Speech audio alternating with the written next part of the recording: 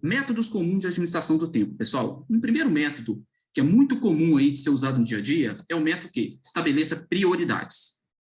É você definir prioridades para várias áreas da sua vida. Então, prioridade relacionada à saúde, trabalho, finanças, família, lazer. E aí, a partir disso, qual que é a prioridade em relação ao que você estabeleceu como prioridades? Porque prioridade é uma palavra no singular, né? Mas é, sim, um método comum. É um método utilizado no dia a dia para a gente poder querer administrar melhor o tempo. Segundo método, faça agora. Esse método é muito prático porque surgiu algo que você faz imediatamente. Chegou um e-mail, chegou uma mensagem no seu WhatsApp, alguém te pediu algo. O problema surge quando você tem uma programação e você começa a focar nesse tipo de método. E aí, por um lado, facilita porque você despacha muito rápido as coisas que surgem, mas por outro, surge um problema porque conflita com as suas reais prioridades já pré-estabelecidas. Então, vale a pena também considerar isso como uma forma de quê? Rapidamente lidar com as demandas que surgem, mas decidindo se aquilo realmente seria, a partir de um critério que você tem, a coisa mais importante a ser feita. Terceiro, organize lista de tarefas. Falar de método de administração de tempo sem falar de lista de tarefas, quase que é contraproducente. Então, quando você pensa em listas de tarefas, as listas de tarefas pessoais, profissionais, tarefas que eu preciso fazer por contextos.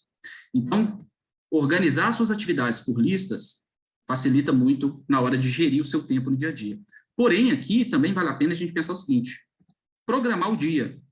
Além de ter essa lista, além de ter as atividades pré-definidas, também estimar tempo. Quanto tempo eu gasto para fazer? E o quando? Quando que eu vou fazer essa atividade no meu dia? Porque, às vezes, o problema pode estar justamente no quando, pessoal. Quando que eu vou fazer essa atividade? Então, vale a pena pensar sobre isso também. Mais um método. Faça primeiro o que lhe der mais medo. Ou seja, o mais complexo, o mais difícil, aquilo que traz maior impacto, aquilo que se você não fizer no primeiro momento, durante o dia, você sente um incômodo, um desconforto, porque aquilo vai atrapalhando de alguma forma a sua concentração, você manter o seu foco. Então, vale a pena pensar sobre isso como algo. Será que eu deveria fazer isso realmente primeiro? Existem constatações que isso realmente ajuda muito, quando a gente resolve primeiro aquilo que é o quê? De maior problema, de maior urgência, nesse caso que dá mais medo, que seja mais complexo, e siga o fluxo. Esse é interessante porque, imagine o seguinte, maior resistência. Tudo que você estiver se envolvendo, surgiu algo, quando a gente resiste, isso vira um grande problema.